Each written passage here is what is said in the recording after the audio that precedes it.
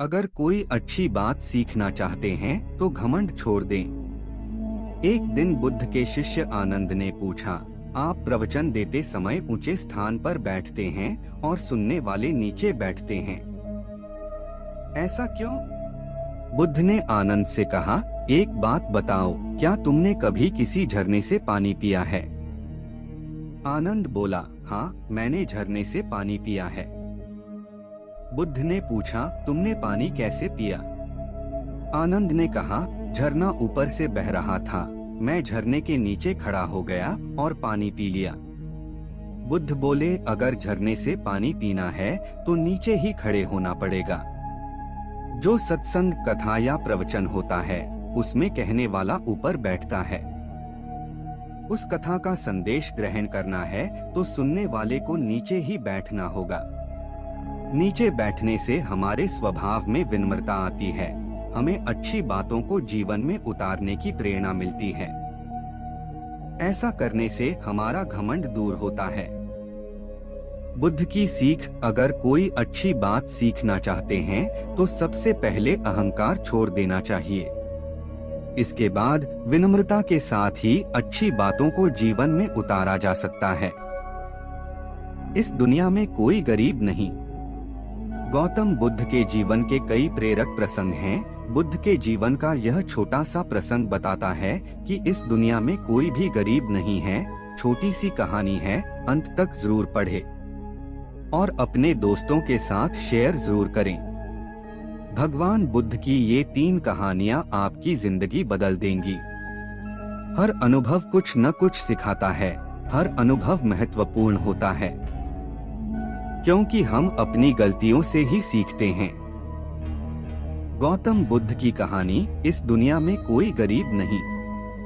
एक समय की बात है, भगवान गौतम बुद्ध एक गांव में धर्म सभा को संबोधित कर रहे थे। लोग अपनी विभिन्न परेशानियों को लेकर उनके पास जाते और उसका हल लेकर खुशी खुशी वहां से लौटते।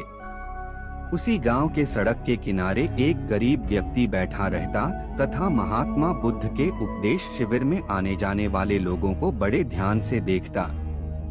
उसे बड़ा आश्चर्य होता कि लोग अंदर तो बड़े दुखी चेहरे लेकर जाते हैं, लेकिन जब वापस आते तो बड़े खुश और प्रसन्न दिखाई देते हैं। उस गरीब को लगा कि क्यों न वो भी अपनी समस्या को बुद्ध के समक्ष रखे। मन में यह विचार लिए वह भी महात्मा बुद्ध के पास पहुंचा। लोग लाइन से खड़े होकर अपनी समस्या को बता रहे थे। जब उसकी बारी आई तो उसने सबसे पहले महात्मा बुद्ध को प्रणाम किया और फिर कहा, भगवान, इस गांव में लगभग सभी लोग खुश और समृद्ध हैं। फिर मैं ही क्यों गरीब हूँ? इस पर उन्होंने मुस्कुराते हुए कहा, तुम गरीब और निर्धन इसलिए हो क्योंकि तुमने आज तक किसी को कुछ दिया ही नहीं। इस पर वह गरीब व्यक्ति बड़ा आश्चर्यचकित हुआ और बोला, भगवान, मेरे पास भला दूसरों को देने के लिए क्या होगा? मेरा तो स्वयं का गुजारा ही बहुत मुश्किल से हो पाता है। लोगों से भीख मांगकर अपना पेट भरता हूँ। भगवान बुद्ध कुछ देर शांत रहे, फिर बोले, तुम बड़े अज्ञानी हो। औरों के साथ बांटने के लिए ईश्वर ने तुम्हें बहुत कुछ दिया है। मुस्कुराहट दी है जिससे तुम लोगों में आशा का संचार कर सकते हो। मुख दिया है ताकि लोगों से 2 मीठे शब्द बोल सकते हैं, उनकी प्रशंसा कर सकते हो। 2 हाथ दिए हैं, लोगों की मदद कर सकते हो। ईश्वर ने जिसको ये 3 चीजें दी है वह कभी गरीब और निर्धन हो ही नहीं सकता। निर्धनता का विचार आदमी के मन में होता है, यह तो एक भ्रम है, इसे निकाल दो। कभी भी मन में निर्धनता का भाव उत्पन्न न होने दो, गरीबी अपने आप दूर हो जाएगी। भगवान बुद्ध का संदेश सुनकर उस आदमी का चेहरा चमक उठा और उसने इस उपदेश को अपने जीवन में उतारा, जिससे वह फिर कभी दुखी नहीं हुआ। बीता हुआ कल। गौतम बुद्ध के जीवन के कई प्रेरक प्रसंग हैं। बुद्ध के जीवन का यह छोटा सा प्रसंग हमारे जीवन में एक नया परिवर्तन ला सकता है। छोटी सी कहानी है, अंत तक जरूर पढ़े और दोस्तों के साथ सुने जरूर करें। मनुष्य का सबसे बड़ा शत्रु है क्रोध, इसलिए मनुष्य को अपने क्रोध पर नियंत्रण रखना चाहिए। गौतम बुद्ध की कहानी, बीता हुआ कल।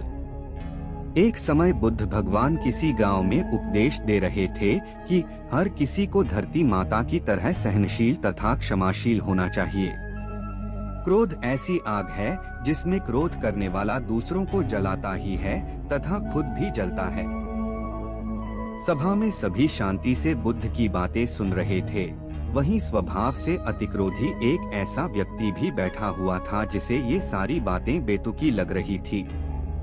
वह कुछ देर ये सब सुनता रहा, फिर अचानक ही आग बबूला होकर बोलने लगा, तुम पाखंडी हो।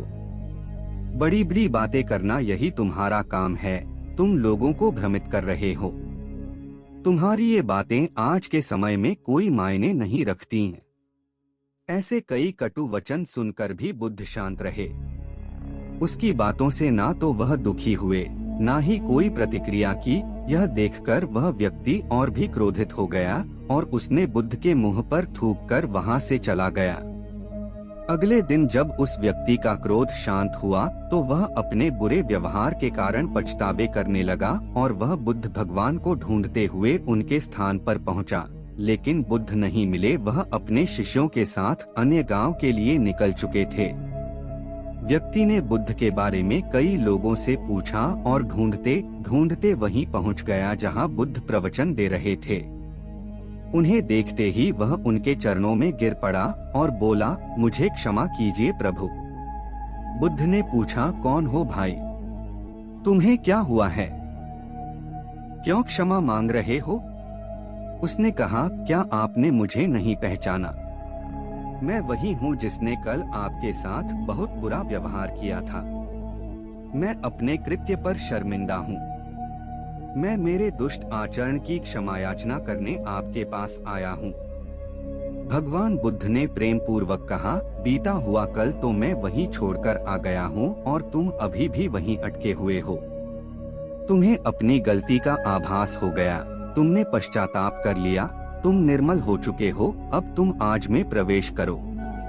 पुरानी बातें तथा बुरी घटनाएं याद करते रहने से वर्तमान और भविष्य दोनों बिगड़ते जाते हैं। बीते हुए कल के कारण आज को मत बिगाड़ो। यह सुन उस व्यक्ति का सारा बोझ उतर गया। उसने भगवान बुद्ध के चरणों में पड़कर क्रोध त्याग दिया तथा क्षमाशीलता का संकल्प लिया। बुद्ध ने उसके सिर पर हाथ रखकर आशीर्वाद दिया। उस दिन से उसमें बहुत से परिवर्तन आ गए और उसके जीवन में सत्य, प्रेम व करुणा की धारा बहने लगी और अपने क्रोध पर नियंत्रण पा लिया। मन का कीचड़, भगवान गौतम बुद्ध की इंस्पिरेशनल स्टोरी। हर जिम्मेदारी का हल मिलेगा। हर एक व्यक्ति का जीवन दुख, परेशानी और संघर्ष से घिरा हुआ है। क्या इसका समाधान है? हर एक व्यक्ति के जीवन में ऐसा क्यों है? ऐसा इसलिए है क्योंकि हम कहीं न कहीं अपने मन के मैल को, मन के कीचड़ को साफ नहीं रख पाते हैं। यूं कहें तो उसका सही समाधान नहीं निकाल पाते हैं। खैर चलिए मैं आपको एक कहानी सुनाता हूँ। शायद आपको इस कहानी से इस सवाल का हल मिल जाए। गरीब किसान जिम्मेदारी से परेशान होकर किया परिवार का किया त्याग। प्रथम अध्याय। महात्मा गौतम बुद्ध के समय की बात है। एक गांव में एक किसान अपनी पत्नी और 2 बच्चों के साथ रहता था। वह किसान बहुत ही ज्यादा परेशान रहता था। अपने 2 बच्चों और पत्नी की जरूरतों को पूरा नहीं कर पाता था। शायद यही उसकी परेशानी की सबसे बड़ी वजह थी। समय बीतता गया, उसकी परेशानियां परिवार की जरूरतों के साथ बढ़ती ही जा रही थी। वह दिमाग से और मन से बहुत अशांत रहने लगा था। कहीं न कहीं वह बहुत ज्यादा दुखी हो गया था अपने परिवार की जरूरतों को नहीं पूरा कर पाने की वजह से। एक दिन उसने यह फैसला लिया कि वह अपने घर को, अपने परिवार को, अपने बच्चों को छोड़कर कहीं दूर चला जाएगा। अंततः वह मनहूस दिन और काली रात आ गई जिस दिन वह अपने परिवार को, अपने बच्चों को, अपनी पत्नी को छोड़कर घर से कहीं दूर चला गया। किसान और गौतम बुद्ध का मिलाप। द्वितीय अध्याय। वह किसान चलता ही गया, चलता ही गया। रात से सुबह हो गई, सुबह से फिर दोपहर, दोपहर से शाम, शाम से फिर रात, फिर सुबह हो गई। उस किसान की मन की पीड़ा इतनी ज्यादा थी कि उसके पैरों के छाले और पैरों से बह रहे खून के आगे फीके पड़ गए थे। ना भूख की चिंता, ना प्यास की चाह, बस चलता ही गया, चलता ही गया। आखिरकार जंगल में चलते चलते उसका शरीर इतना ज्यादा थक गया कि वह एक नदी के किनारे जाकर वह गिर पड़ा। कुछ घंटों बाद उस किसान को होश आया। वह बेचारा इतना ज्यादा प्यासा था कि तुरंत वह नदी के पास गया। जैसे ही वह पानी पीने के लिए हाथ पानी में डाला, उसे सामने नदी के उस पार कुछ लोगों का झुंड दिखाई दिया। उसने ध्यान से देखा तो उसे एक वृक्ष के नीचे महात्मा गौतम बुद्ध बैठे हुए नजर आए। वह तुरंत दौड़ के उनके पास गया और उनके पैर पर गिरकर बोला कि हे महात्मा, हे भगवान गौतम बुद्ध, मुझे अपनी शरण में ले लीजिए, मुझे अपना शिष्य बना लीजिए। महात्मा गौतम बुद्ध के शरण में आया हुआ कोई भी व्यक्ति खाली हाथ वापस नहीं जाता। यह किसान तो केवल उनका शिष्य बनना चाहता था। महात्मा गौतम बुद्ध जी ने उसकी मनोदशा को देखते हुए उसे अपना शिष्य बना लिए। किसान के मन का कीचड़ से मुक्ति, अंतिम अध्याय। महात्मा गौतम बुद्ध और उनके शिष्य वहां पर केवल विश्राम कर रहे थे। उनका विश्राम भी पूरा हो चुका था। वह किसान भी अब महात्मा गौतम बुद्ध जी का शिष्य बन चुका था। अब समय हो चला था आगे की यात्रा को पूरा करने की। गौतम बुद्ध और उनके शिष्य आगे बढ़ते चले गए। कुछ दूर निकल जाने के बाद गौतम बुद्ध जी को बहुत जोर की प्यास लगी। उन्होंने अपने इस नए शिष्य अर्थात किसान से बोला कि प्रिय शिष्य, जाओ, पास में एक सरोवर है, वहां से मेरे लिए पानी लेकर आओ। किसान बोला, जो आज्ञा भगवान। किसान सरोवर की तरफ चल दिया। सरोवर के पास जैसे ही किसान पहुंचा, उसने देखा कि उस सरोवर में बहुत सारे जानवर उछल कूद कर रहे हैं। वे सारे जीव जंतु किसान को देखते ही तुरंत वहां से भाग गए। किसान बहुत ही खुश हुआ और उस सरोवर की तरफ चल दिया पानी लेने के लिए। परंतु जैसे ही किसान सरोवर के पानी के तरफ हाथ बढ़ाया, उसने देखा कि पानी बहुत ही ज्यादा गंदा था। किसान निराश होकर वापस गौतम बुद्ध जी के पास आ गया। गौतम बुद्ध जी ने उससे पूछा, पानी कहाँ है? किसान ने दुखी भरे शब्दों के साथ कहा, हे भगवान, मैं जैसे ही उस सरोवर के पास पहुंचा तो मैंने देखा कि उस सरोवर में काफी सारे जीव जंतु उछल कूद कर रहे थे और उनके उछल कूद करने की वजह से उस सरोवर के जमीन के तल में बैठी हुई सारी गंदगी, सड़े हुए पत्ते उस पानी में घुल मिलकर एक कीचड़ का रूप ले लिए थे। यही कारण है कि मैं वह पानी लेकर नहीं आया, क्योंकि वह पानी नहीं कीचड़ हो चुका था। महात्मा गौतम बुद्ध जी उस किसान की बातों को समझ गए और मुस्कुराते हुए उन्होंने कहा कि मैंने तुमसे सरोवर का पानी मांगा था। मैंने यह नहीं कहा था कि पानी अगर गंदा हो तो पानी लेकर मत आना।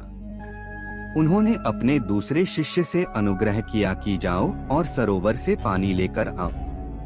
उनका दूसरा शिष्य निकल पड़ा पानी को लाने के लिए और कुछ देर पश्चात वह पानी लेकर वापस आ गया।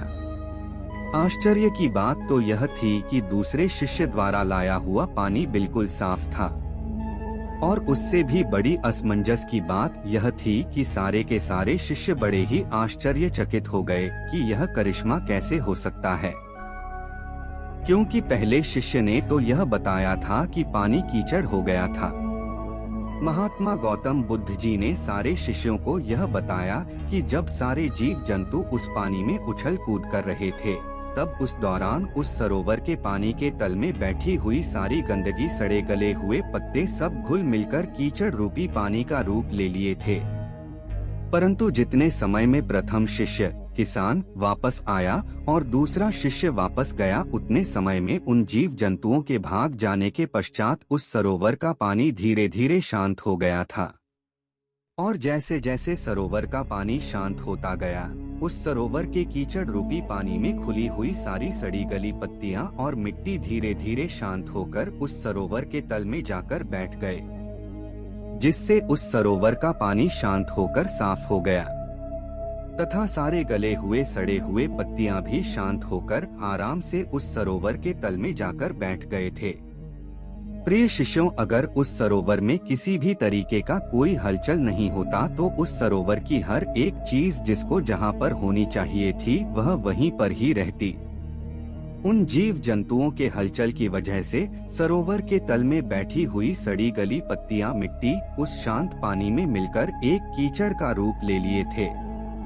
ठीक इसी प्रकार से हर एक व्यक्ति के जीवन में तरह तरह की समस्याएं, परेशानियां और कठिनाइयां आती हैं, जिसके वजह से हमारे मन में हलचल सी मच जाती है। हमारा दिमाग और मन अशांत हो जाता है। तत्पश्चात हम कोई गलत निर्णय अर्थात फैसला ले लेते हैं। परंतु अगर हम थोड़ा समय देकर उन कठिनाइयों, परेशानियों और समस्याओं के बारे में समझने की कोशिश करें तो मन की हलचल उस सरोवर की पानी की तरह शांत हो जाएगी, जिससे हम अपने जीवन में सही निर्णय का चुनाव करते हुए उसका समाधान निकाल लेंगे। किसान को महात्मा गौतम बुद्ध जी की सारी बातें बिल्कुल साफ साफ समझ में आ गई। उसे यह भी समझ में आ गया कि उसके परिवार में आई हुई सारी परेशानियां, दिक्कतें और जिम्मेदारियां भी इसी सरोवर के सड़ी गली हुई पत्तियों और मिट्टी रूपी कीचड़ की तरह ही हैं। बस जरूरत है थोड़ा समय निकालकर मन को शांत करते हुए उन परेशानियों, दिक्कतों के बारे में समझने और उसका समाधान निकालने की। मन का कीचड़ कहानी से हमने क्या सीखा? दोस्तों, समय के साथ साथ हर एक इंसान की जरूरतें बढ़ती ही जाती है। हो सकता है किसी की जरूरत कम हो सकता है किसी की जरूरत ज्यादा हो, लेकिन हमें उन जरूरतों को पूरा करने के लिए मेहनत तो करना ही पड़ता है। हाँ, यह जरूर है कि मेहनत करते वक्त हमें बहुत सारे कठिनाइयों और समस्याओं का सामना करना पड़ता है। इसी वजह से बहुत बार हमारा मन अशांत हो जाता है, निराश हो जाता है, दिल दिमाग में एक अजीब सी हलचल होने लगती है, जिसके वजह से हम गलत फैसला ले लेते हैं। परंतु दोस्तों, हमें घबराने की जरूरत नहीं है, हमें अपने दिमाग को शांत करने की जरूरत है। थोड़ा समय देकर इसके बारे में सोचने की जरूरत है। इसका समाधान कुछ न कुछ जरूर निकल आएगा। दिमाग को शांत रखें, कोशिश करते रहें, मेहनत करते रहें, समय लगेगा लेकिन सफलता जरूर मिलेगी, क्योंकि सब्र का फल मीठा होता है। पच्चरा कहानी महात्मा बुद्ध से संबंधित। पच्चरा श्रावस्ती के नगर सेठ की पुत्री थी। किशोरवय होने पर वह अपने घरेलू नौकर के प्रेम में पड़ गई। जब उसके माता पिता उसके विवाह के लिए उपयुक्त वर खोज रहे थे, तब वह नौकर के साथ भाग गई। दोनों अपरिपक्व पति पत्नी एक छोटे से नगर में जा बसे। कुछ समय बाद पच्चरा गर्भवती हो गई। स्वयं को अकेले पाकर उसका दिल घबराने लगा और उसने पति से कहा, हम यहाँ अकेले रह रहे हैं, मैं गर्भवती हूँ और मुझे किसी की सहायता की आवश्यकता है। यदि आप आज्ञा दें तो मैं अपने माता पिता के घर चली जाऊं।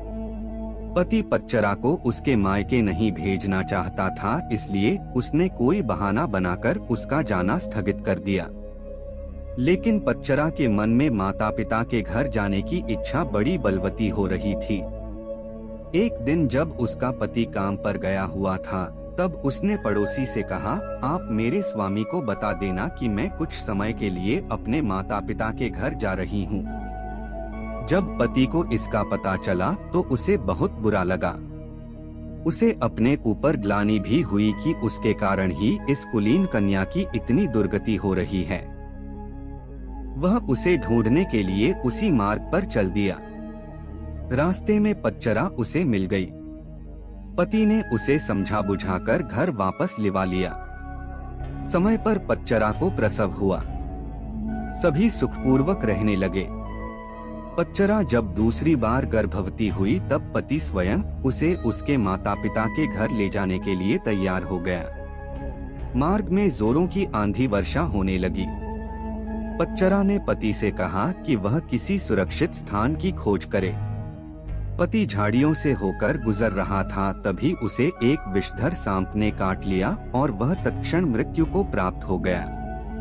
पच्चरा अपने पति की प्रतीक्षा करती रही और ऐसे में ही उसे प्रसव हो गया। थोड़ी शक्ति जुटाकर उसने दोनों बच्चों को साथ लिया और पति को खोजने निकल पड़ी। जब उसे पति मृत मिला तो वह फूट फूट कर रोने लगी, हाय, मेरे कारण ही मेरे पति की मृत्यु हो गई। अब अपने माता पिता के सिवा उसका कोई न था। वह उनके नगर की ओर बढ़ चली। रास्ते में नदी पड़ती थी। उसने देखा कि दोनों बच्चों को साथ लेकर नदी पार करना कठिन था, इसलिए बड़े बच्चे को उसने एक किनारे पर बिठा दिया और दूसरे को छाती से चिपकाकर दूसरे किनारे को बढ़ चली। वहां पहुंचकर उसने छोटे बच्चे को कपड़े में लपेटकर झाड़ियों में रख दिया और बड़े बच्चे को लेने के लिए वापस नदी में उतर गई। नदी पार करते समय उसकी आंखें छोटे बच्चे पर ही लगी हुई थीं।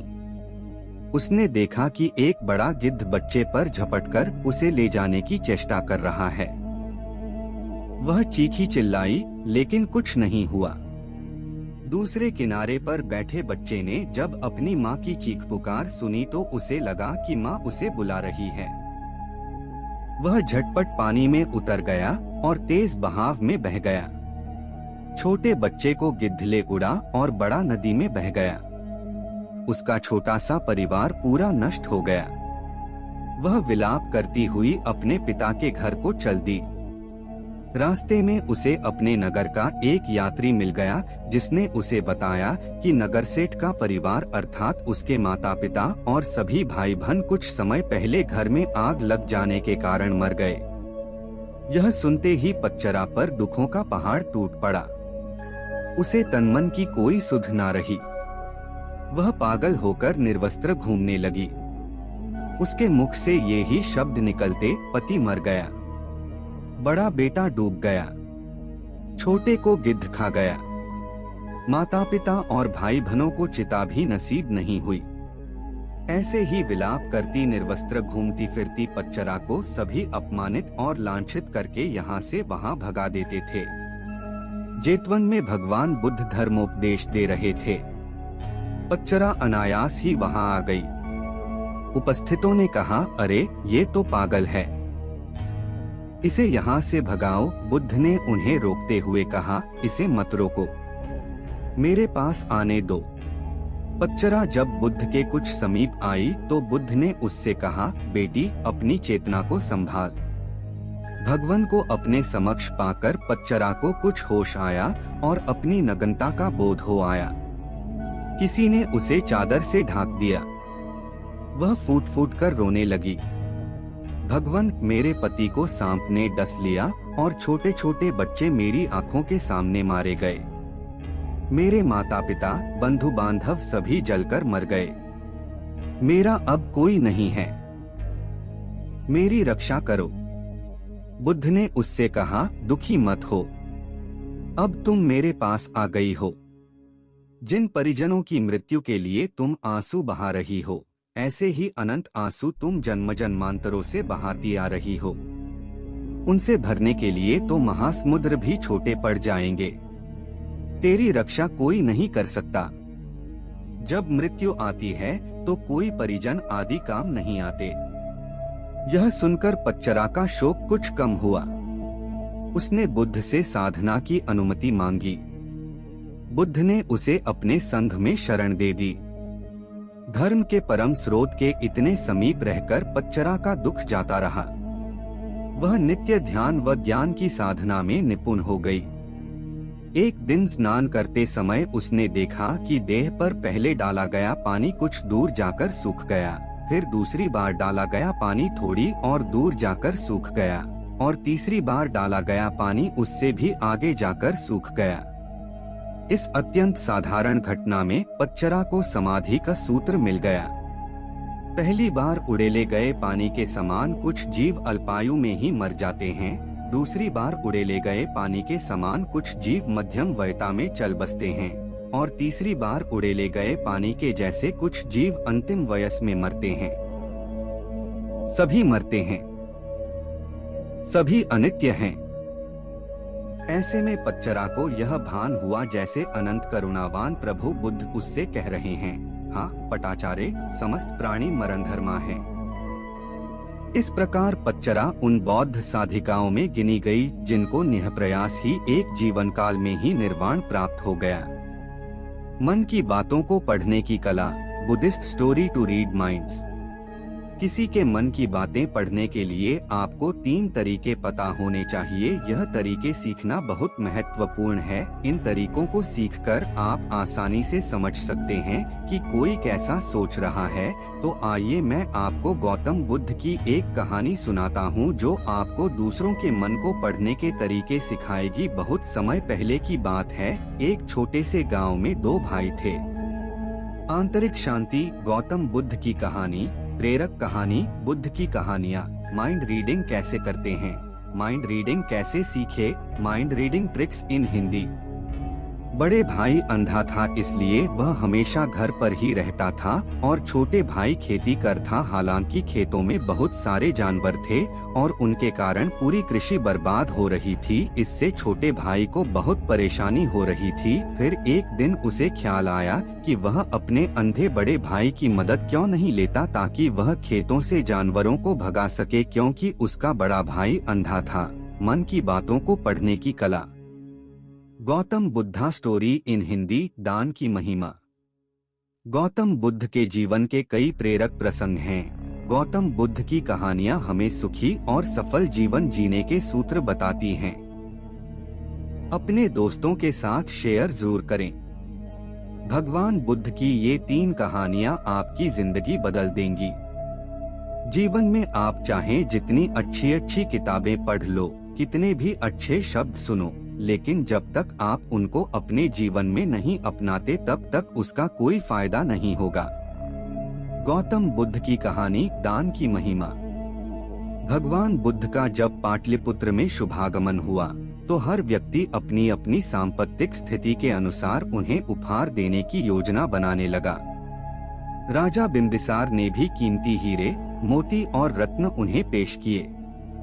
बुद्धदेव ने सबको एक हाथ से सहर्ष स्वीकार किया। इसके बाद मंत्रियों, सेठों, साहूकारों ने अपने अपने उपहार उन्हें अर्पित किए और बुद्धदेव ने उन सबको एक हाथ से स्वीकार कर लिया। इतने में एक बुढ़िया लाठी टेकते वहां आई। बुद्धदेव को प्रणाम कर वह बोली, भगवन, जिस समय आपके आने का समाचार मुझे मिला उस समय मैं यह अनार खा रही थी। मेरे पास कोई दूसरी चीज न होने के कारण मैं इस अधखाए फल को ही ले आई हूँ। यदि आप मेरी इस तुच्छ भेंट स्वीकार करें तो मैं अहोभाग्य समझूंगी। भगवान बुद्ध ने दोनों हाथ सामने कर वह फल ग्रहण किया। राजा बिंबिसार ने जब यह देखा तो उन्होंने बुद्धदेव से कहा, भगवन क्षमा करें, एक प्रश्न पूछना चाहता हूँ। हम सबने आपको कीमती और बड़े बड़े उपहार दिए जिन्हें आपने एक हाथ से ग्रहण किया, लेकिन इस बुढ़िया द्वारा दिए गए छोटे एवं जूठे फल को आपने दोनों हाथों से ग्रहण किया, ऐसा क्यों? यह सुन बुद्धदेव मुस्कुराए और बोले, राजन, आप सबने अवश्य बहुमूल्य उपहार दिए हैं, किंतु यह सब आपकी संपत्ति का 10वां हिस्सा भी नहीं है। आपने यह दान दीनों और गरीबों की भलाई के लिए नहीं किया है, इसलिए आपका यह दान सात्विक दान की श्रेणी में नहीं आ सकता। इसके विपरीत इन्होंने अपने मुंह का कौर ही मुझे दे डाला है। भले ही यह बुढ़िया निर्धन है, लेकिन इसे संपत्ति की कोई लालसा नहीं है। यही कारण है कि इसका दान मैंने खुले हृदय से दोनों हाथों से स्वीकार किया है। श्रीमद् भगवद गीता की प्रसिद्ध 10 बातें। वेदों का मूल ज्ञान है और गीता उपनिषदों का मूल है।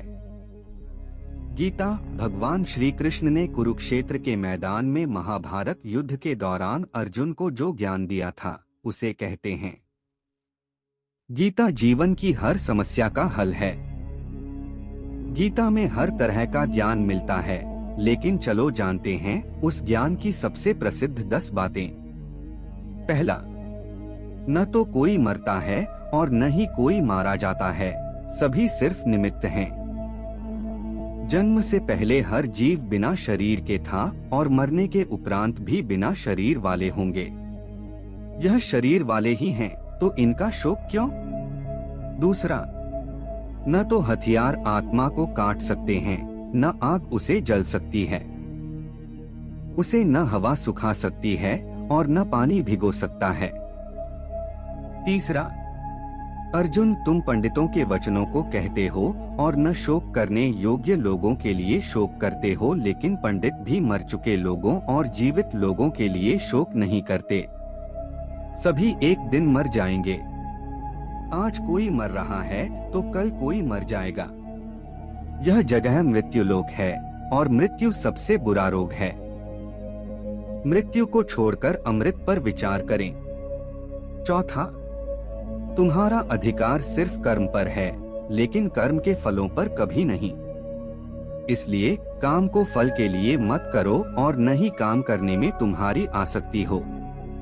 वह जो अपने मन को नियंत्रित करता है, जिसका अंतःकरण शुद्ध और जितेंद्रिय है और सब प्राणियों का आत्मरूप परमात्मा ही है, वह लिप्त नहीं होता। योग को कार्यकुशलता कहते हैं। पांचवा, क्रोध से मनुष्य मर जाता है, यानी मूढ़ हो जाता है, जिसके परिणाम स्वरूप स्मृति भ्रमित हो जाती है। स्मृति भ्रम करने से मनुष्य की बुद्धि नष्ट हो जाती है और बुद्धि नष्ट होने पर व्यक्ति खुद को नष्ट कर बैठता है।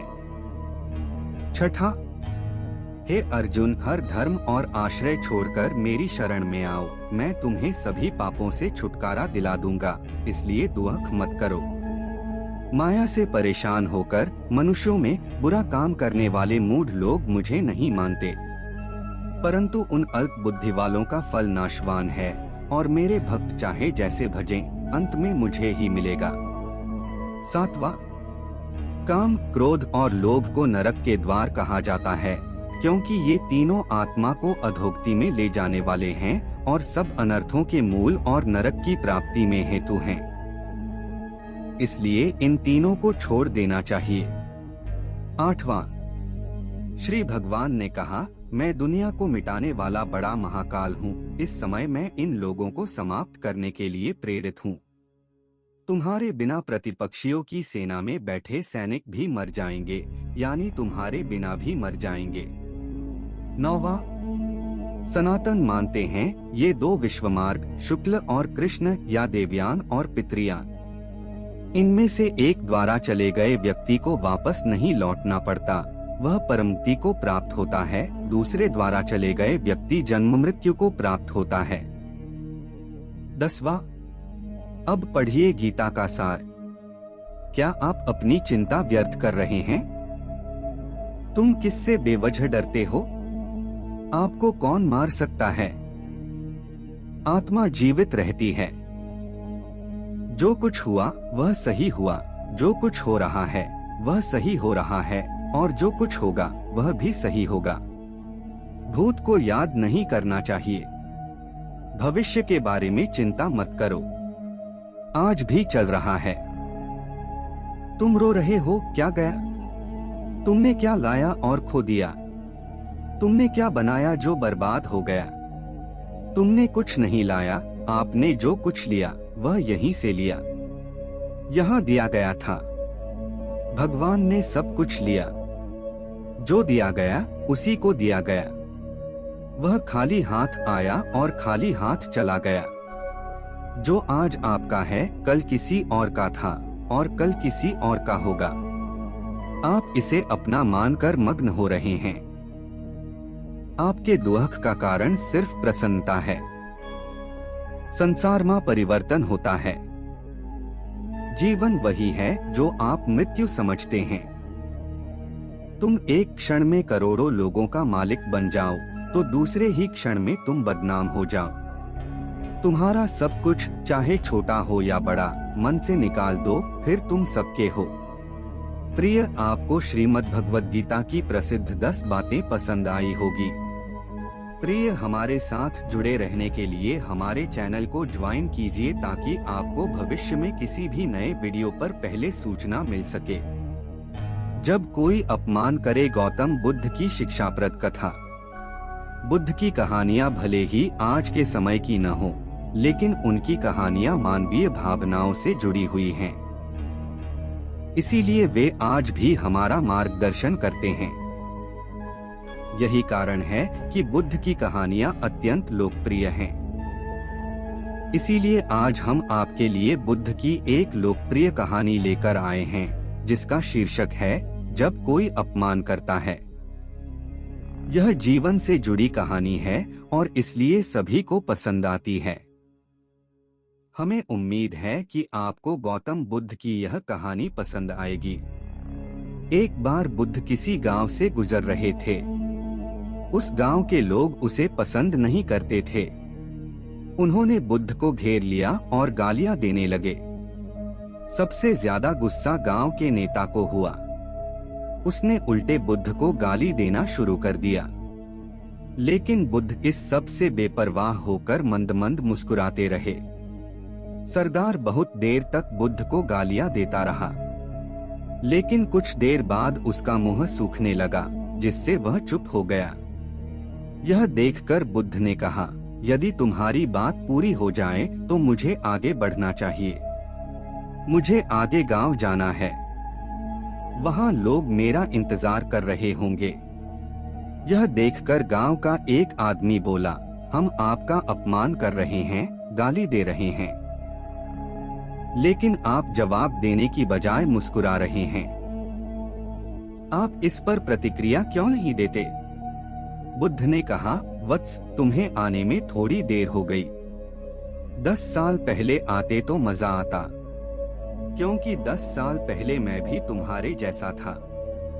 यदि उस समय तुम मेरे बारे में बुरा बोलते या मुझे गाली देते तो मैं भी क्रोधित हो जाता। इससे ज्यादा तो मैं तुम्हें गाली देता। संभव है कि वह शारीरिक हिंसा का भी सहारा ले, लेकिन अब मैं आगे बढ़ चुका हूँ। मैंने अपना सारा गुस्सा और नफरत पीछे छोड़ दी है। अब मैं उस जगह पहुँच गया हूँ जहाँ तक आपकी गालियाँ नहीं पहुँच पाती।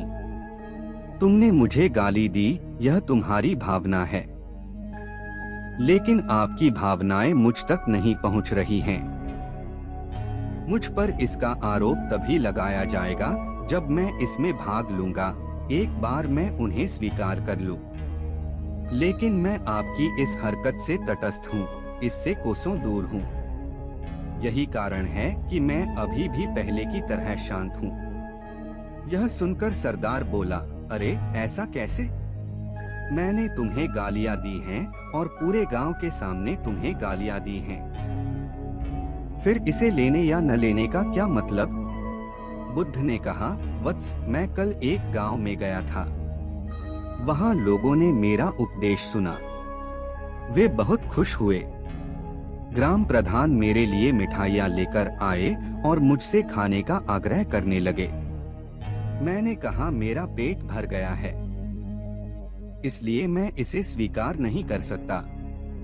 यह सुनकर वह व्यक्ति मिठाई वापस लेकर चला गया, क्योंकि जब तक मैं कुछ न लूं, कोई मुझे कैसे दे सकता है? इसमें मेरी सहमति तो आवश्यक है ना? हाँ, यही तो है। एक आदमी ने बुद्ध का समर्थन किया।